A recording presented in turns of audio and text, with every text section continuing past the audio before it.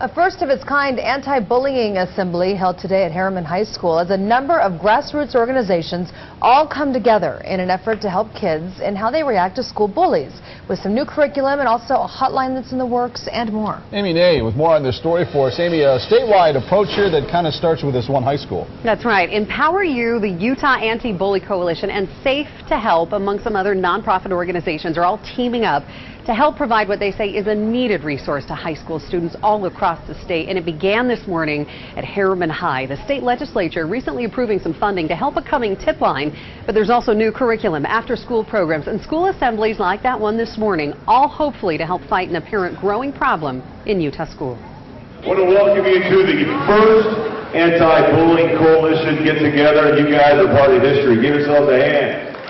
The Utah Jazz helping kick off this first-of-its-kind statewide effort at Harriman High. The Jazz Bear cheered, as well as the initiative by a number of nonprofits to stop bullying. It's got to start with the kids. That's why we've got the kids involved. It's definitely just a great thing, you know, with the whole bullying thing. I know that people do get bullied, and I know that people do feel alone. What does the C stand for? Courage. What does the U stand for? Unity. R for revolution and E for empowerment. Students encouraged to be the cure. How many of you in here will accept me for who I am? Raise your hand.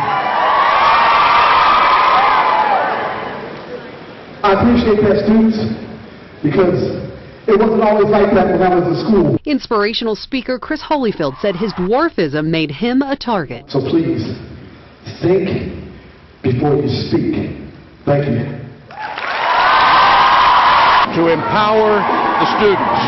We want to educate the parents. We want to support the educators. Teaming up with the Utah Anti-Bully Coalition is Empower You founder Holly Kempton. Mama Bear comes out in me, and I say, you know what, I feel a responsibility. I need to do something to help these kids that are acting like they just don't know what to do. Her own 3 teenage daughters bullied in school and online. The past year has been a rough one for us, and one of my daughters turned to cutting. And why she was drawn to look for answers. A significant reason why kids end up turning to suicide and other unhealthy outlets is because they don't feel like there's somewhere they can go, there's someone they can trust. Believing in resources like a newly created Safe to Help tip line. They can report either through a call center or a text or through the web. Approved by the state legislature, but funding not coming until next year, local sponsors have stepped forward. We did a dough for dough where for every cookie dough we sold in February, we donated $1 to the Safe to Help.